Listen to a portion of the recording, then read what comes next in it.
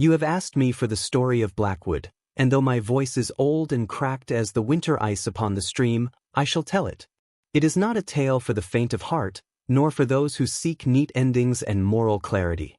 It is a story that has festered in the soil of this valley, a blight upon the memory of this place, and I am perhaps the last soul who remembers it as it truly happened, not as some fireside fancy to frighten children. To speak of it is to disturb a grave, to rake over cold ashes in the hope of finding some ember of truth, yet I feel the weight of the telling upon me, a duty I can no longer shirk. For when I am gone, the truth, in all its dreadful and ambiguous entirety, will be gone with me, and all that will remain is the legend, stripped of its nuance and its terrible human tragedy. My name is of no consequence. I am but an old man who has spent all his 80-odd years in this shadowed cleft between the mountains, in the village that shares its name with the ancient, brooding forest that surrounds us. The world beyond may speak of progress and steam engines, of iron horses and gaslit streets, but here, in Blackwood, the old ways hold. The mist that creeps down from the fells each evening carries with it the chill of older times, and the church bell tolls not just for prayer, but as a ward against the things that watch from the tree line. Our lives are governed by the turn of the seasons, the health of the flock, and the unspoken covenants we keep with the land and with each other. A man's character is his currency, and his family name is a legacy writ in stone, for good or for ill. 50 years ago, come Martinmas, this place was the scene of a horror so complete, so deranged in its execution, that it scorched the very soul from our community. It is the story of Silas Vane, a man of standing and substance, who, on a night shrouded in a peculiarly thick and silent fog, took the lives of 17 of his neighbors. Men, women, the elderly resting in their beds. It mattered not to him in his final, furious hour. His was a wrath that knew no distinction of age or innocence. And when the righteous wrath of the village, armed with scythes and fowling pieces and a burning need for vengeance, cornered him at last in his own great house on the hill, he did not plead nor fight. He simply barred the oaken doors, and from within, we heard a laughter that did not sound wholly human, a sound that seemed to warp the very air, before the flames, fierce and unnatural in their swiftness and their heat, consumed everything, man, memory, and sin, all together in a great roaring pyre that lit the night sky like a false dawn. They say you can still smell the ash when the east wind blows. They say that on the anniversary of that night, if you stand near the old foundation stones, you can hear the echoes of that laughter carried on the wind. I cannot confirm such fancies, for I have not ventured to that accursed place in many a year. But I can tell you this, the grass does not grow there. No matter the season, no matter how fertile the spring rains, that patch of earth, where Weeping House once stood, remains a barren, blackened scar upon the hillside, as if the very soil remembers the fire and refuses to be healed. But to understand the end, you must first understand the beginning. You must see the veins not as monsters sprung fully formed from the dark, but as they were, a family of good fortune and pious reputation, woven into the fabric of our lives. Silas Vane was a linen merchant, a tall, stern man with a back as straight as a plumb line and eyes the color of a winter sky. He was not a man given to levity. His bearing commanded a respect that bordered on fear. He had come to Blackwood some 15 years before the tragedy, purchasing the old manor house and restoring it with a quiet, determined wealth. His business, conducted with merchants as far afield as Leeds and Manchester, brought a steady, if distant, prosperity to his household. He was a pillar of the community, in his way, a churchwarden who never missed a service, his voice a low, sure baritone during the hymns. His wife, the Lady Eleanor, as we called her, was a different creature altogether. She was from the south, it was said, from a genteel family that had fallen on hard times. She was a delicate woman, with hair the color of pale flax and a complexion so fair it seemed the slightest shock might shatter it.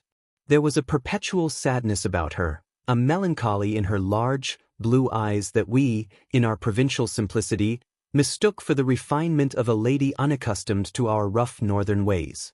She was kind, in a distant manner, often seen distributing alms to the poor or visiting the sick, but she always seemed like a ghost walking amongst the living, her smiles fleeting and never quite reaching her eyes.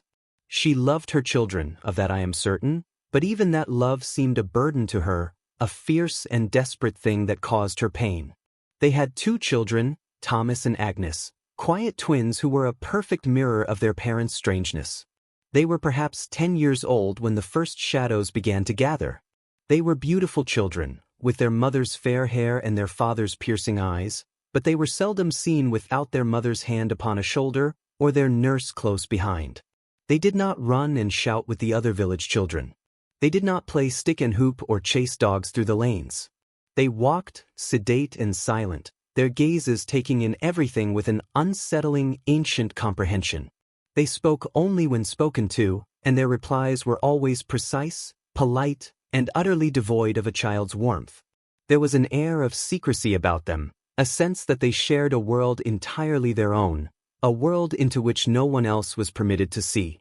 They lived in Weeping House, a name we only gave it after the tragedy. Before that, it was simply the Vane Manor, a solid, grey stone building that stood where the forest met the cleared land, its windows looking down upon us all like the eyes of a patient sentinel. For years, they were a part of our world, yet apart from it. Silas traded his linens at the market, Eleanor gave her charitable donations, and the children were taught their letters and their scripture by the old vicar, Parson Miller. There was nothing, I assure you, nothing at all in their outward appearance or conduct, to suggest the abomination that was to come. The rot, as I have come to understand, is never visible upon the surface of the timber. It works its way from the inside, in the dark and the damp, until the entire structure is but a hollow shell, waiting for the first great storm to bring it all crashing down. It began, as such things often do, not with a shout, but with a whisper. A whisper that started not with Silas, nor with Eleanor, but with the children. It was a small thing, a trifle, really, but in a place like Blackwood, a trifle is all it takes to set the darkness stirring. To comprehend the full measure of the tragedy, one must first paint in their mind a portrait of the Vane family as they existed in the years of their prosperity, a portrait now obscured by the grime of subsequent horrors.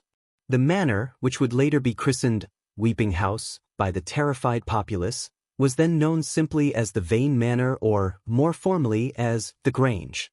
It was a substantial property of grey, local stone, 2 stories tall with a slate roof that shone like a wet fish's scale in the rain. It stood sentinel on a gentle rise where the cultivated fields of the village yielded to the untamed wilderness of Blackwood forest. This positioning was, in retrospect, deeply symbolic. The Vanes were of the village, yet forever separated from it, their backs to the ancient, whispering trees. The house itself was a study in stern, northern architecture. Its windows were tall and narrow, their panes of flawed glass warping the world outside. A heavy, iron-bound oak door, which was never left invitingly ajar, repelled casual visitors. Smoke curled from its multiple chimneys with a reassuring regularity, speaking of warmth and industry within. Silas Vane had purchased the property from the last of a dwindled gentry family and had restored it not with flamboyance, but with a grim, methodical efficiency. The hedges were always neatly trimmed, the gravel drive impeccably raked, and not a single slate was ever allowed to slip from its place. This impeccable order was a reflection of the man himself. Silas Vane was a figure who commanded a room without uttering a word. In his 40th year at the time the shadows began to gather, he stood well over 6 feet, his frame lean and powerful from a youth spent, it was rumored, in mercantile endeavors across the sea. His hair, a thick, dark mane shot through with early strands of iron gray, was perpetually swept back from a high, intelligent forehead. His face was all sharp angles and planes, with a strong jaw that seemed perpetually clenched. But it was his eyes that one remembered most, a pale, piercing gray, the color of a winter sky moments before a storm. They held no warmth, only a cool, assessing intelligence that seemed to measure a man's worth and find it wanting. He dressed invariably in the sober, well-tailored broadcloth of a successful merchant, dark coats, waistcoats of a muted pattern, and trousers that were never soiled with the mud of the fields. His trade was linen. He did not work the looms himself, but he owned several in the nearby mill town and acted as the primary merchant, dealing in fine cloths and linens that were sought after in the drawing rooms of York and beyond. His business required him to travel for a week or more each month, and his return was always a quiet event, marked only by the sight of his closed carriage rolling up the hill. He was a man of few words and formidable piety. Every Sunday, without fail, he would lead his family down the hill to St. Bartholomew's Church. He sat in his rented pew at the very front, his back rigid, his voice a low, sure baritone during the hymns, his eyes fixed upon Parson Miller as if daring the old man to utter a theological error. He was respected, yes, but he was not loved. There was a rigidity to him, a coldness that forbade familiarity. The village folk would touch their caps as he passed, but they did not meet his gaze for long. His wife, Eleanor, was his opposite in every conceivable way. Where he was dark and solid, she was light and ethereal. She had come from a genteel family in Kent, a fact that bestowed upon her an air of exotic refinement in our provincial eyes. Perhaps 10 years his junior, she possessed a fragile beauty that seemed ill-suited to the harshness of our climate. Her hair was the color of pale flax, often arranged in soft, intricate braids that seemed to defy the blustering wind. Her eyes were a wide, cornflower blue, but they held a deep, abiding melancholy, a sorrow that no amount of fine china or charitable works could assuage. She dressed in the modest, high-necked fashions of the time, but her gowns, of silk and finest wool, were of a quality that the wives of the local farmers and tradesmen could only dream of. Her life was one of quiet, isolated duty. She managed the household with a distant competence, leaving the day-to-day drudgery to a small staff of servants who were notoriously close-lipped about their employers. Her true calling, it seemed, was in charity. She was often seen, accompanied by her stern-faced housekeeper, visiting the cottages of the ill and the indigent, bringing baskets of food, bottles of tonic, or bundles of old clothes.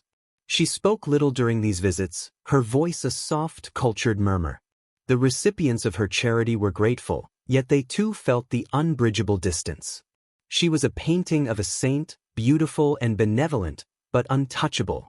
There were whispers, of course, that her sadness was born of her marriage to the stern Silas, that she pined for the softer landscapes of her youth. But no one knew for certain.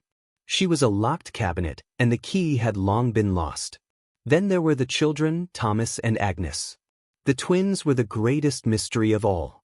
Born into this union of ice and melancholy, they were beautiful, with their mother's fair hair and their father's piercing, intelligent eyes. Yet, from their earliest years, they exhibited a peculiarity that set every village tongue to wagging. They were inseparable, communicating with a silent, almost telepathic understanding that required no words. They were seldom seen to run, shout, or engage in the boisterous, often cruel, games of childhood. Instead, they walked hand in hand, their movements eerily synchronized, their faces composed and serious. They were educated at home by a succession of tutors who never stayed long, and by Parson Miller, who came twice a week to instruct them in Scripture. The parson, a kindly, if somewhat ineffectual, old man, once confided in my father that the children were unervingly precocious.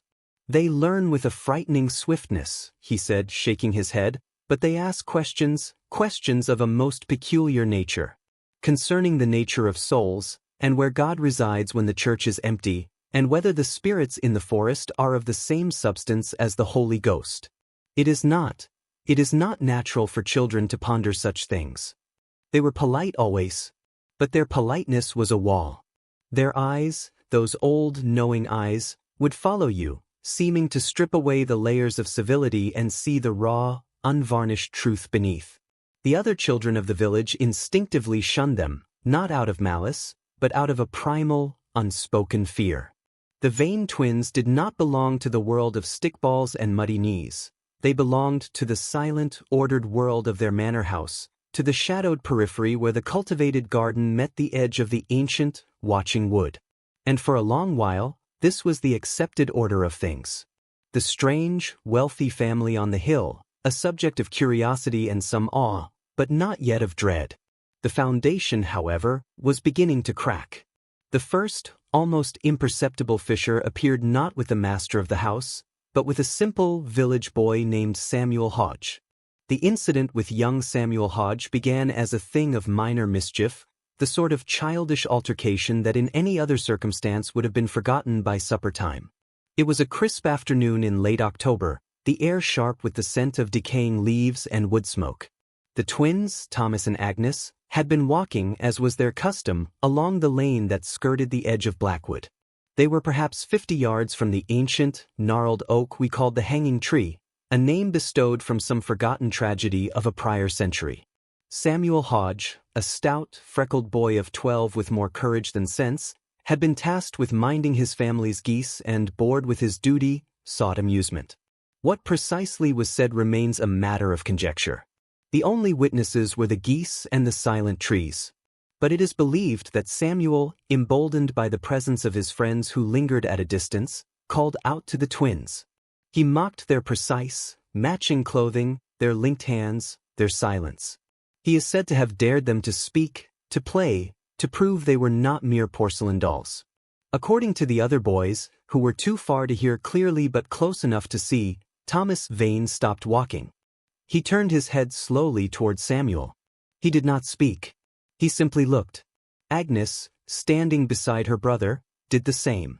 Their twin gazes, pale and unwavering, fixed upon the village boy. Samuel, so the tale goes, first laughed, a nervous, bravado-filled sound that echoed hollowly in the quiet lane. Then his laughter died in his throat. His face, once ruddy with health and impudence, grew pale. He took a step backward, then another.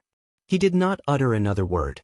He simply turned, abandoned his geese, and ran towards the village as if all the demons of hell were at his heels. The twins, unmoved, resumed their walk and disappeared into the shadowed path that led to their manor. That night, Samuel Hodge took to his bed with a violent fever. He thrashed and cried out, his words fragmented and delirious. He spoke of cold eyes, and whispers in the leaves, and of a shadow that stood behind the twins, tall and thin.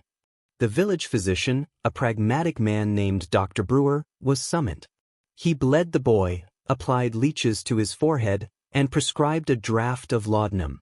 He diagnosed a severe ague, brought on by a chill, perhaps from playing too long in the damp. But the village, watching the smoke rise from the Vane manor, had already begun to whisper another diagnosis. 3 days later, just as the church bell tolled for evensong, Samuel Hodge died. His mother swore that in his final rattling breath, he opened his eyes wide, stared at a vacant corner of the room and whispered, "They are waiting for me." The funeral was a somber, rain-swept affair. The entire village attended, a mass of black crape and umbrellas huddled around the freshly dug earth in the churchyard. The Vanes, as was proper, also attended. Silas stood, his face a mask of granite propriety. Eleanor, swathed in black, wept softly into a handkerchief, her fragility more pronounced than ever. But all eyes, furtive and fearful, were on the children. Thomas and Agnes stood perfectly still, their small, pale faces visible beneath the brims of their black hats. They showed no emotion. Not sadness, not curiosity, not fear. Their composure was absolute, unnerving, and to the grieving, superstitious minds of their neighbors, it was nothing short of diabolical. It was then that the word was first uttered, not loudly, but in a hiss from the lips of Widow Cates, a crone who lived on the edge of the woods and knew the old lore. "Cursed," she whispered, her bony finger pointing subtly towards the twins. "They are cursed or they are the curse." The official verdict was death by misadventure and fever. Parson Miller, in his eulogy, spoke of God's inscrutable will and the fleeting nature of mortal life. But the unofficial verdict, the one that took root in the dark, fertile soil of the village psyche, was far simpler and more terrifying. The Vane children had looked upon Samuel Hodge, and he had died. This single event was the catalyst. The respectful distance with which the Vanes had been treated began to curdle into active suspicion. Where once their wealth was a source of awe, it now prompted dark questions. How had Silas Vane amassed his fortune so quickly? What was the true source of the melancholy that clung to his wife like a shroud? And what unnatural knowledge lurked behind the ancient eyes of his children? The whispers grew into a constant, low hum, a background noise to daily life. Mothers pulled their children indoors when the twins were seen walking. Men would fall silent when Silas Vane entered the tavern, though he never stayed long. The friendly nods turned into wary, sidelong glances. The charity of Lady Eleanor was now accepted with a nervous haste, her baskets of food inspected with a new, paranoid scrutiny. Was it truly charity, or was it some form of penance for a hidden sin? Or worse, was it a token of something darker, a pact with forces that demanded a terrible price? The isolation of the Vane family, once self-imposed, was now enforced by the collective will of the village. The grey manor on the hill was no longer just a house. It was becoming a fortress, and its inhabitants were no longer merely strange neighbors. They were becoming monsters in the making, their forms shaped by the fear and superstition of those who watched from below.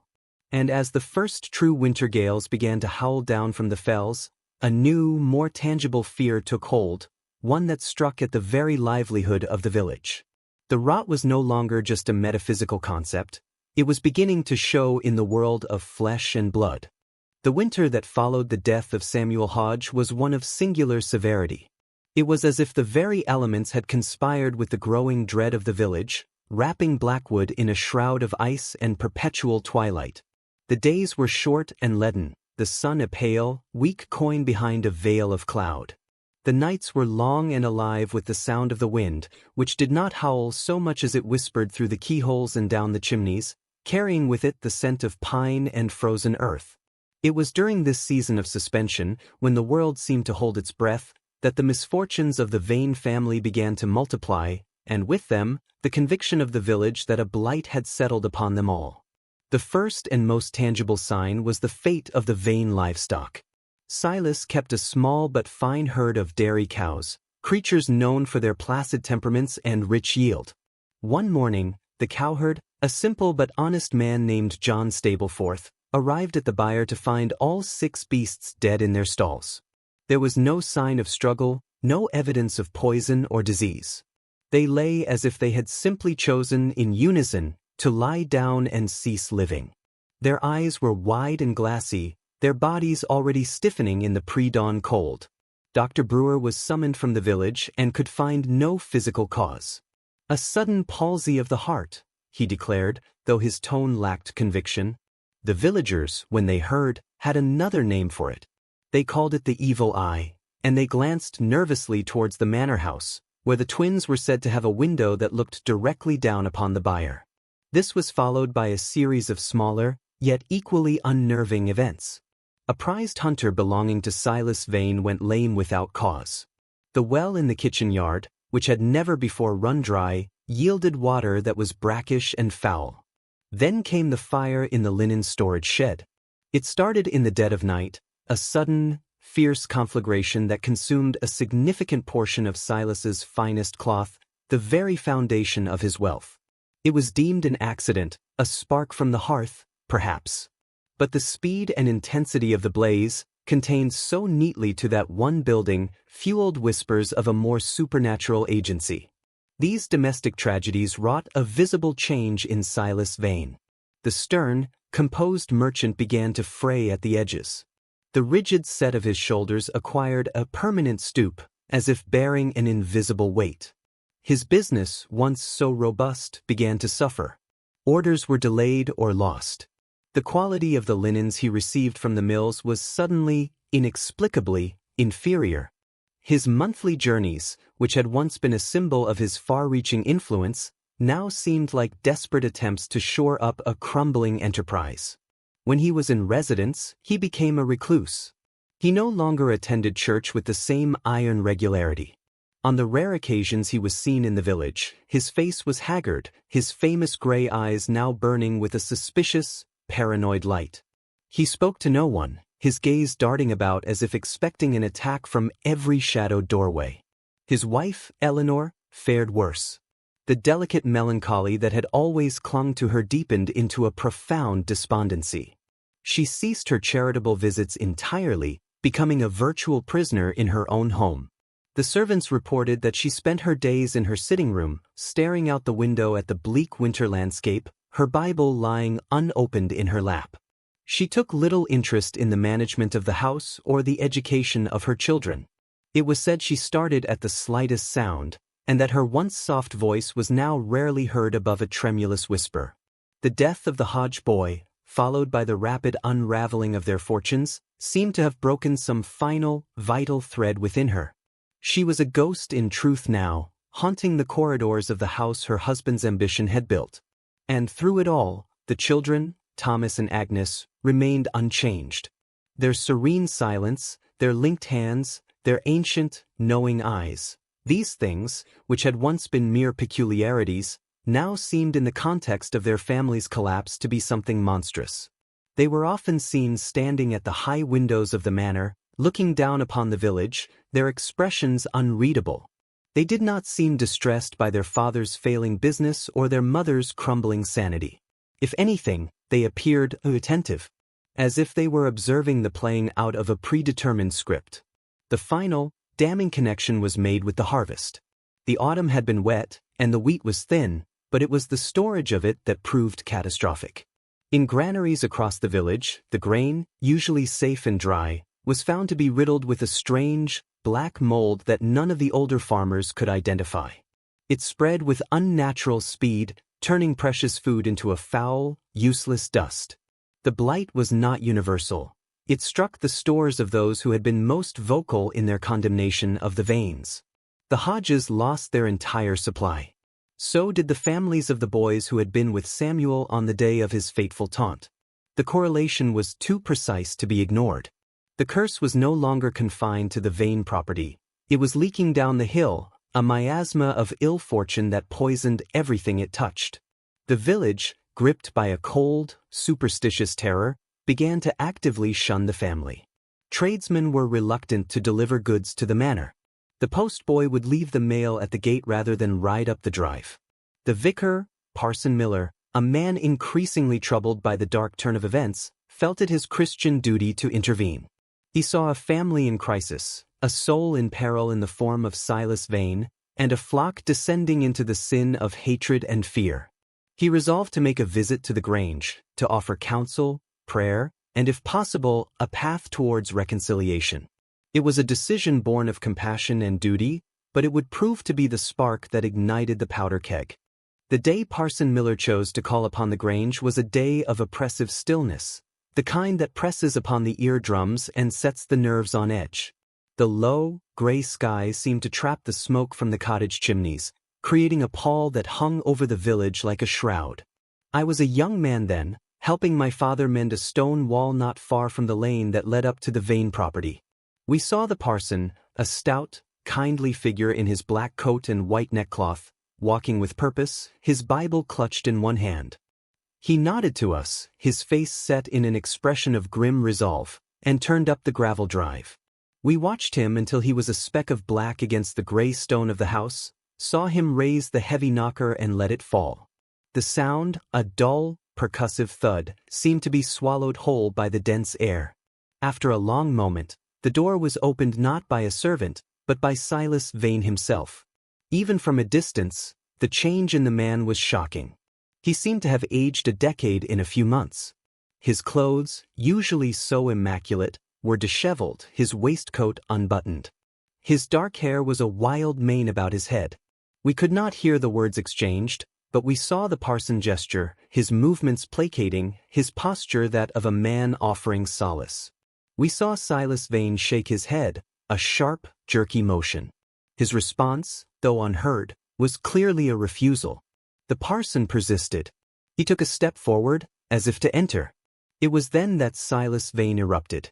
His arm shot out, a finger pointing back down the hill towards the village. His voice, though still indistinct, carried now on the strange stillness, a raw, ragged shout, stripped of all its former merchant's composure. It was the voice of a cornered animal, full of rage and a bottomless fear. He was not merely refusing counsel, he was anathematizing the entire village, casting us out as his persecutors. The parson, to his credit, stood his ground. He raised his own voice, not in anger, but in firm exhortation. We heard the words, "Brother in Christ," and "Cast thy burden upon the Lord." It was the wrong thing to say. The mention of Christ, of burdens, seemed to snap the last fragile thread of Silas Vane's sanity. His form seemed to swell with a terrible energy. He lunged forward, not at the parson, but past him, and snatched something from the stone wall that bordered the porch. It was a heavy piece of granite, a leftover from some long-forgotten repair. My father and I stood frozen, our tools hanging limp in our hands, unable to comprehend the scene unfolding before us. The parson, seeing the rock raised high, took a stumbling step backward, his hands coming up in a gesture of futile defense. His mouth opened, perhaps to cry out, perhaps to pray. The rock fell. There was a sickening, wet crunch that we heard with horrifying clarity across the distance. Parson Miller dropped to his knees, then slumped forward onto the gravel, a dark, spreading stain blooming beneath his head. Silas Vane stood over him, the bloody rock still in his hand, his chest heaving. For a long, terrible moment, he simply stared at his handiwork. Then he did not flee. He did not call for help. He looked up, and his gaze swept across the landscape, and for a single heart-stopping second, I swear his eyes met mine across the field. They were not the eyes of a man.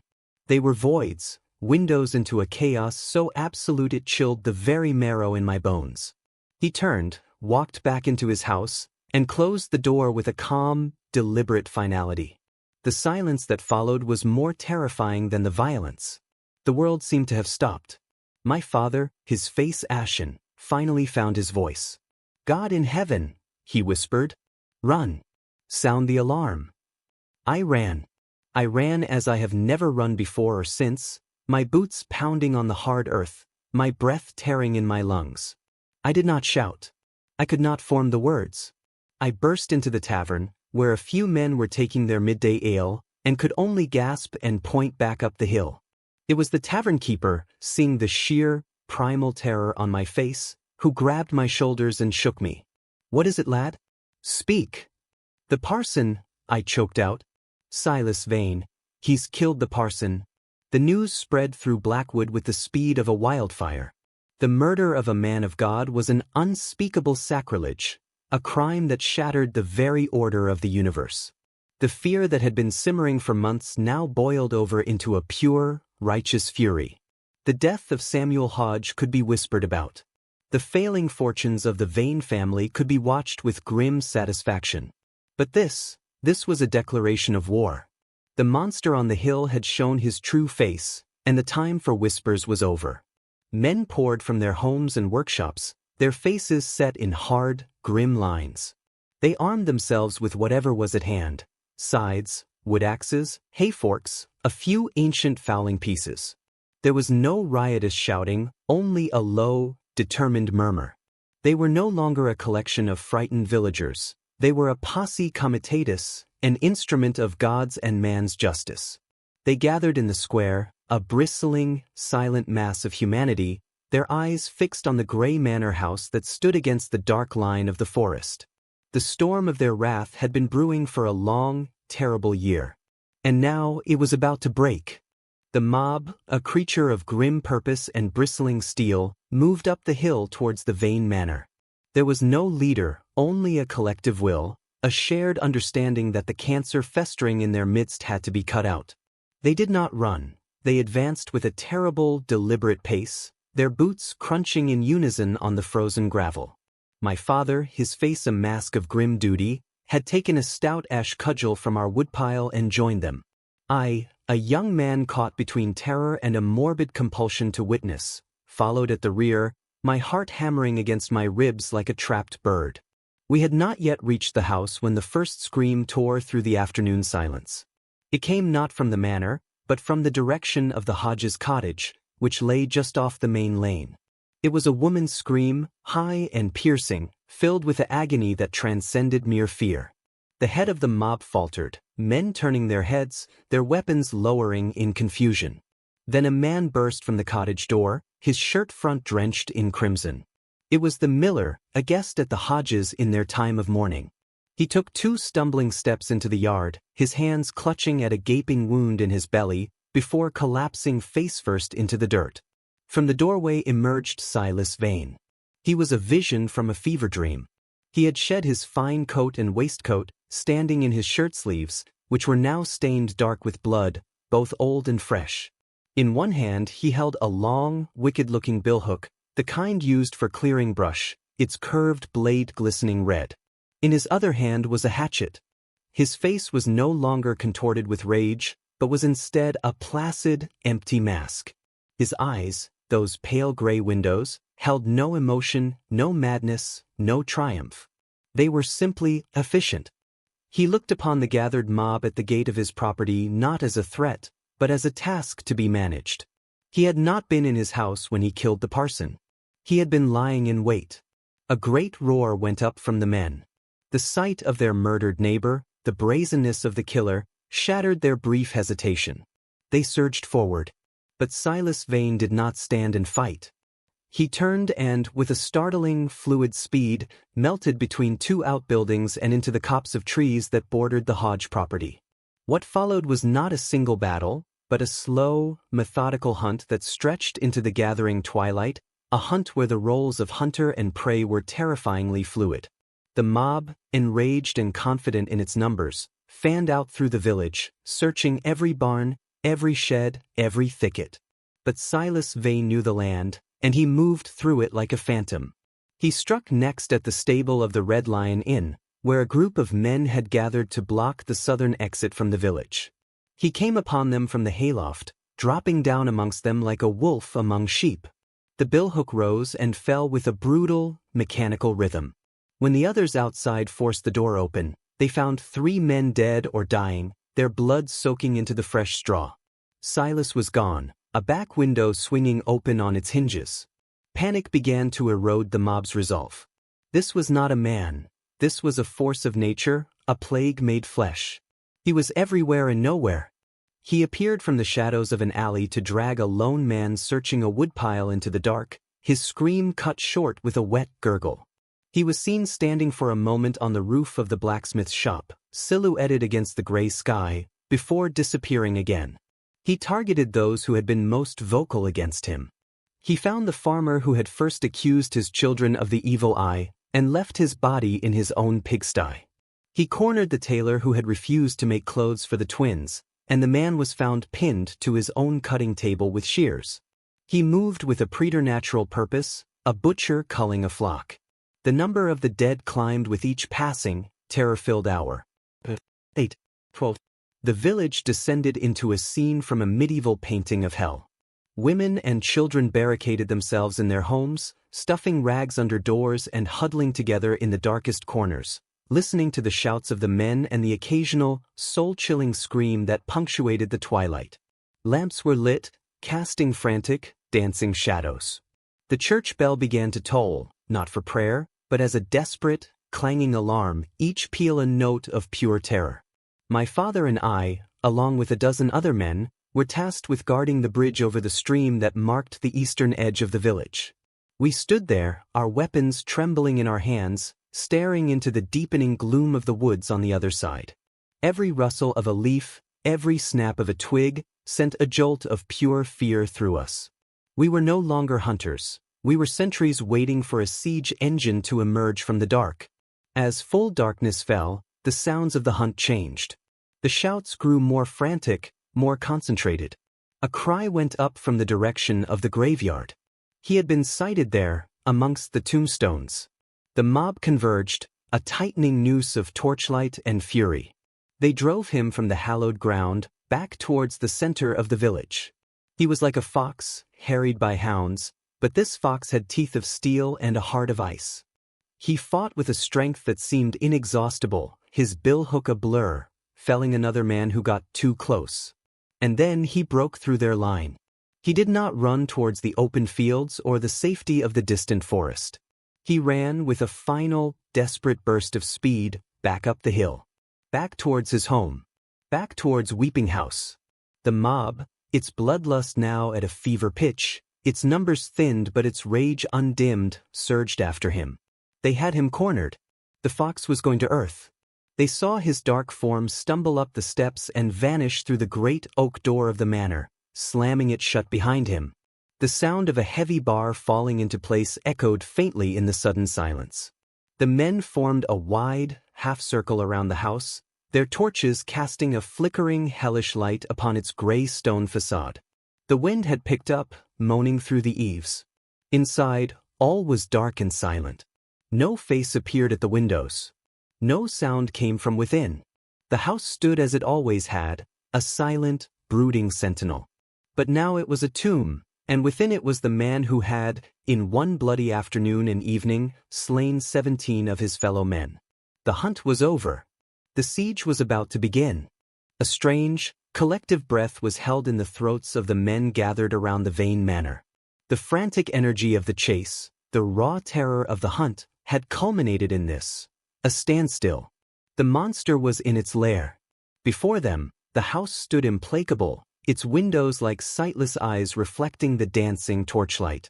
The wind, which had been a mere moan before, now seemed to find its voice, whistling through the chinks in the stone and the bare branches of the trees that pressed close, as if the very forest were whispering secrets to the besieged home.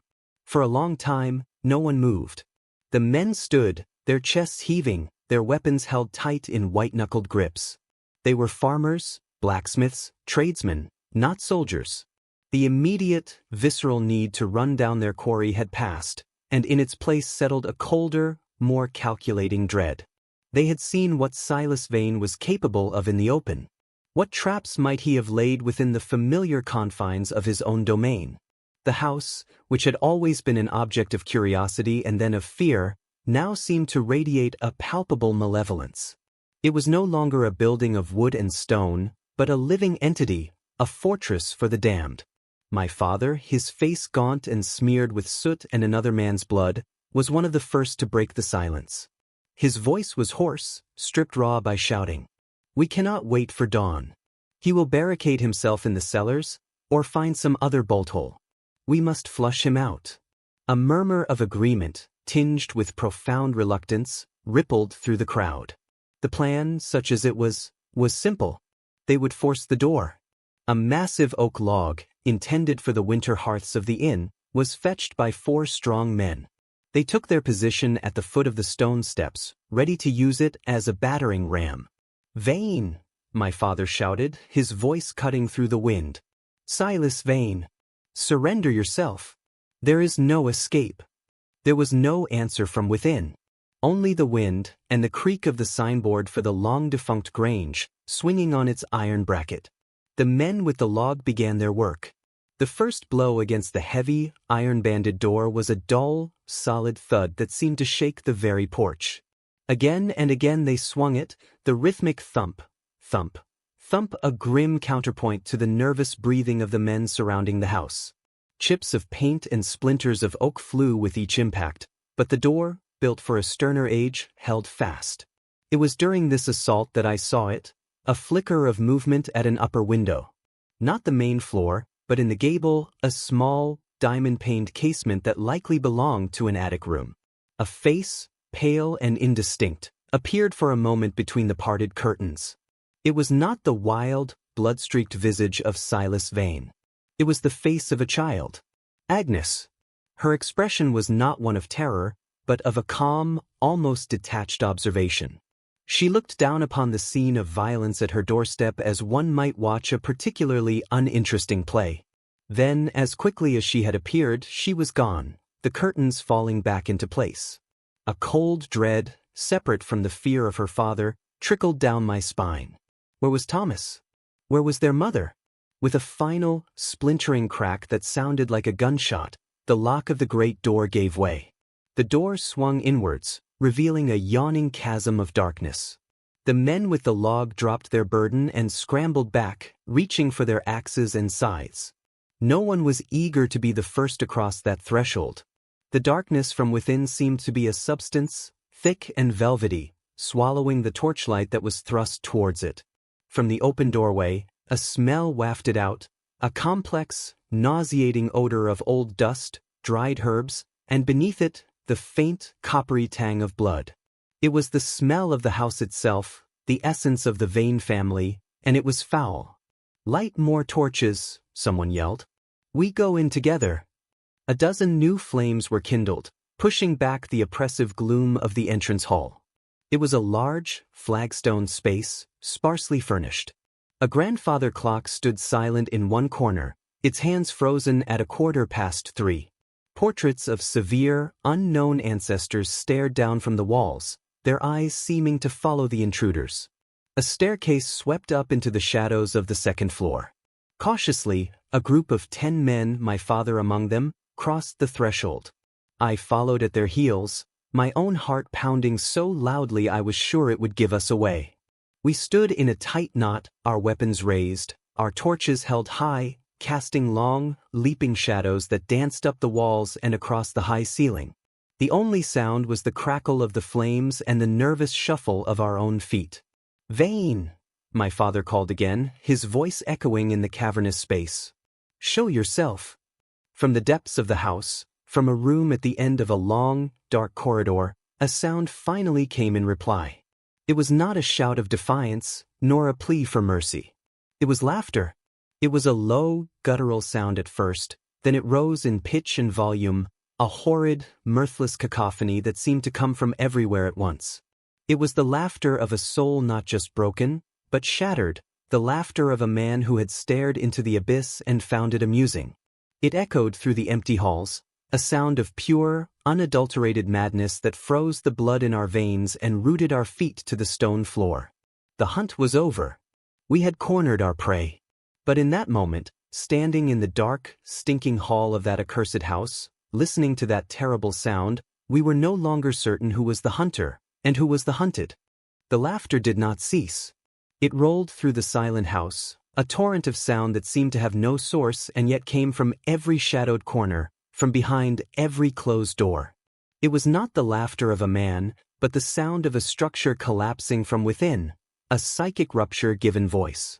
It held no joy, no triumph, only a bottomless, echoing void that mocked our very presence.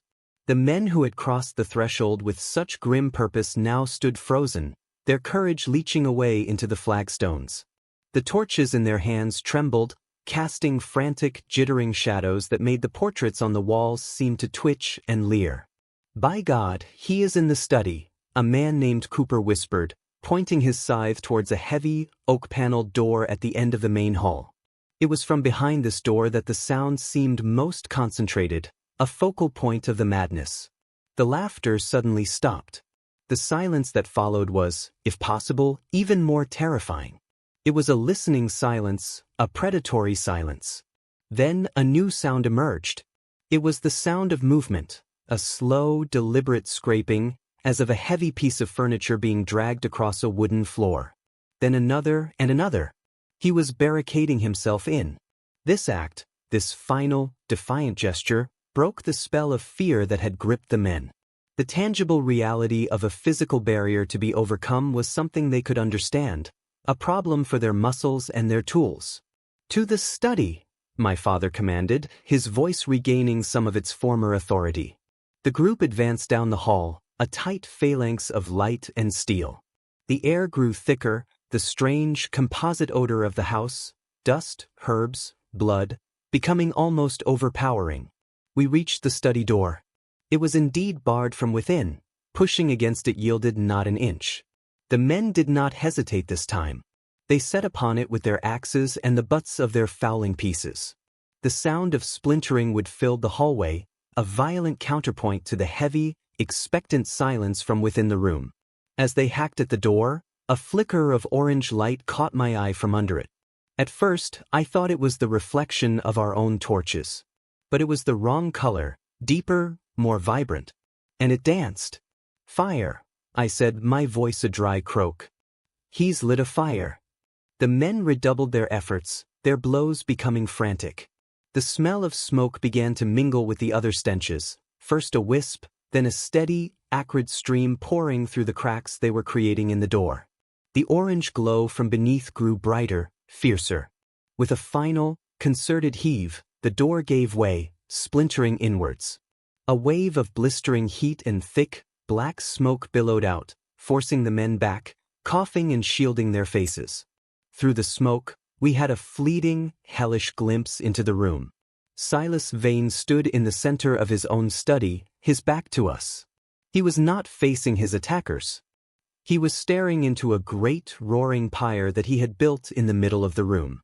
It was not in the hearth. It was a bonfire of his own furniture, his books, his ledgers, the very trappings of his former life.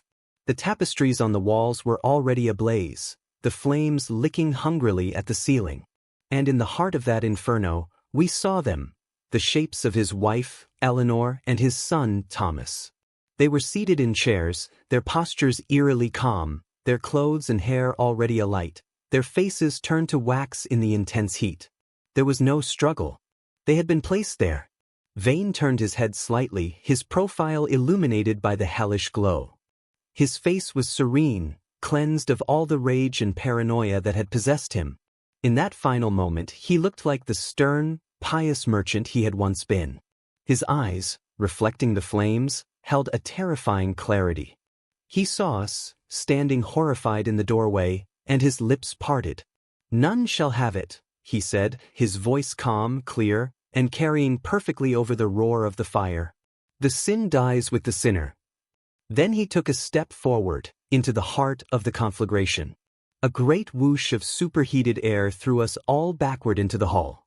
The fire, as if it had only been waiting for his final sacrifice, exploded outwards. The draft from the broken door fed it, and it surged into the hallway, a living, roaring beast of flame and smoke. The paneling caught instantly. The rugs on the floor became rivers of fire. "Get out!" men screamed, their bravery utterly extinguished by this elemental fury. We stumbled back through the entrance hall, choking on smoke, our eyes streaming. The world had narrowed to the desperate need for clean air and the open sky. We burst out onto the porch and tumbled down the steps, scrambling away from the building as the windows of the ground floor began to blow out from the heat, showering the gravel with glittering shards of glass. The mob outside watched, their faces masks of awe and horror, as Weeping House began to die. The fire moved through it with an unnatural speed and ferocity, as if the very timbers had been soaked in lamp oil. Flames shot from the roof, clawing at the night sky. The sound was a deafening roar, a great, consuming hunger that dwarfed all other sounds. The heat was so intense we were forced to retreat further down the hill, our faces scorched. We stood there, a silent, soot-stained congregation, and watched the Vane manor burn. We watched as the roof timbers, glowing like the bones of a great beast, collapsed inwards with a shower of sparks that rose to meet the cold, indifferent stars. We had come to bring a murderer to justice, and he had chosen a judge of his own. He had chosen the purifying flame. And as the house was consumed, a terrible, unspoken question settled upon us all. What had we just witnessed? The final act of a madman? Or the completion of a ritual, the nature of which we could never hope to understand? The truth, it seemed, was turning to ash before our very eyes. Dawn broke over a scene of profound desolation. The great fire had burned itself out, leaving behind a smoldering, blackened ruin where the Vane manor had once stood. A thin, acrid smoke still rose from the heap of charred timbers and collapsed stone, staining the pale morning sky like a blot of ink on clean linen. The air was thick with the smell of wet ash and something else, something sweet and foul that spoke of things not meant to burn. The men who had stood vigil through the night were haggard specters, their faces smudged with soot, their eyes hollow with a fatigue that was more of the spirit than of the body. As the light grew stronger, a grim resolve settled upon the crowd. The horror of the night was past, but the practical, gruesome business of confirmation remained. Had Silas Vane truly perished? And what of his wife and son, whose terrible fate we had glimpsed in that inferno? A party was formed, the bravest, or perhaps the most numb, among us. With soaked handkerchiefs held over our noses and mouths, we approached the still warm ruins. The heat radiating from the rubble was immense. We picked our way carefully over blackened stones and through ankle-deep drifts of soft, gray ash. The interior of the house was a chaos of destruction. Here and there, the ghost of a familiar object emerged, the twisted skeleton of the grand staircase, the melted brass fittings of a door, the blackened shell of the grandfather clock, its face now a blank, bubbled disk. The heart of the blaze had been the study, and it was there we found the first of them. The bodies were not whole. They were contorted, carbonized things, reduced by the intense heat to brittle, black sticks amidst the cinders. It was impossible to tell man from woman, adult from child. We found one such form near where the door had been, which we presumed to be Silas Vane, given his final position. Deeper in the room, where the fire had burned hottest, we found two more, close together, their shapes fused with the remains of the chairs they had been seated in. Eleanor and Thomas. The horror of their final moments was etched not in their features, for they had none, but in the very arrangement of their scorched bones. We searched for hours, sifting through the ash and debris with a morbid diligence. The final count of the dead within the house was 17. 17 souls. The same number that Silas Vane had murdered in his rampage. The grim symmetry was not lost on anyone. It was as if a ledger had been balanced in blood and fire. The vicar, the farmer, the tailor, the stable hands, all were accounted for in the village. And here, in the ashes, were the Vanes, Silas, Eleanor, and Thomas. 17 and 3 made 20. The arithmetic of damnation. But there was a problem. A discrepancy that would fuel speculation for decades to come. We found only 3 bodies in the house. Where was Agnes? A thorough search of the ruin, and then of the outbuildings and the surrounding woods, yielded no sign of the girl. No fourth set of small, charred remains. No scrap of her distinctive clothing. It was as if she had vanished from the face of the earth. Some argued she must have perished, her body consumed so completely by the flames that not a trace remained. Others, remembering her calm, observing face at the attic window just before the siege began, whispered a darker theory. That she had never been in the study with her mother and brother. That she had escaped, perhaps through some secret passage known only to the family, and had fled into the embrace of the ancient, concealing forest that bore her family's doom. The official inquest, conducted by a magistrate summoned from the town of Halstead, was a swift and somber affair. The testimony was unanimous. Silas Vane, in a fit of homicidal madness, had slain 17 of his neighbors before taking his own life and that of his family by immolation. The case was closed. The matter was settled by the law of the land. But the soul of a village is not governed by magistrates' decrees. The land where the house had stood remained barren. No grass would take root in the ash-choked soil. No animal would cross its boundary. It became a place of silence, shunned by all. The story of the Vane family curdled from recent tragedy into dark legend. The number 17 was whispered with a superstitious dread. The Weeping House became a landmark to be avoided, its name a byword for tragedy and cursed ground. And always, beneath the official story, ran the undercurrent of that final, unanswerable question. What had become of the girl? Was she a victim, her innocence consumed by her father's madness? Or was she something else? A silent witness? An accomplice? Perhaps even the source? The absence of her body was a hole in the story, a void into which all our fears and suspicions poured. The fire had been meant to be the end. But the mystery of Agnes Vane ensured that for the people of Blackwood, the horror was never truly over. It had simply gone to ground, waiting.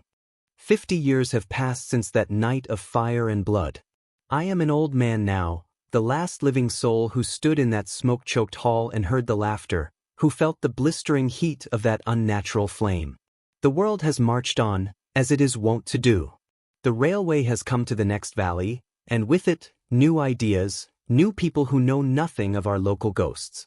Blackwood is quieter now, a backwater once more, and the young folk leave for the factories and the cities, taking their skepticism with them. The story of Silas Vane has become just that to them. A story, a fireside tale to be told with a shiver and then forgotten with the dawn. But for those of us who remember, the past is not so easily dismissed. It lingers in the very soil, in the quality of the light that falls upon this valley. The foundation stones of Weeping House are still there, though they have been picked clean by generations for other builds, and what remains is half sunk into the earth, choked with brambles and a particularly virulent, thorny weed that flowers a sickly yellow. No one goes there. The animals still avoid it. And on certain evenings, when the east wind blows and the mist creeps down from the fells, you can still catch the faint, acrid scent of old ash. I have lived my whole life in the shadow of that night. I took a wife, God rest her soul, and raised children who now have children of their own. I have known joy and sorrow in their common measures. Yet always the memory of the Vanes has been my constant companion, a cold stone in the pocket of my soul.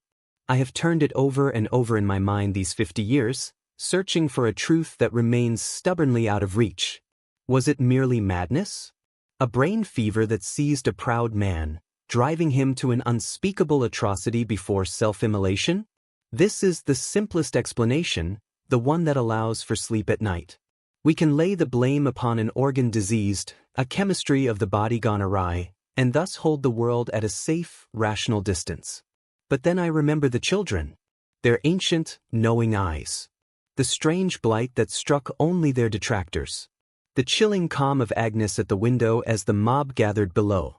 I remember the fire, how it burned with such fierce, purposeful speed, as if it were an entity with a will of its own, hungry for a specific consummation. And I remember the count, always the count, 17, a number of grim, perfect balance. What was the sin that Vane declared would die with the sinner? Was it his own, the sin of murder, which he purged with his own death? Or was it something older, something that had clung to his family line, a curse he sought to end by ensuring no heir survived? Did he, in his final moments of terrible clarity, believe that by destroying his bloodline he was saving the world from a far greater evil? Or was he, himself, the final instrument of that evil, completing a cycle of sacrifice we were too blind to comprehend? And the girl, Agnes. Her fate is the loose thread that, if pulled, threatens to unravel the entire tapestry.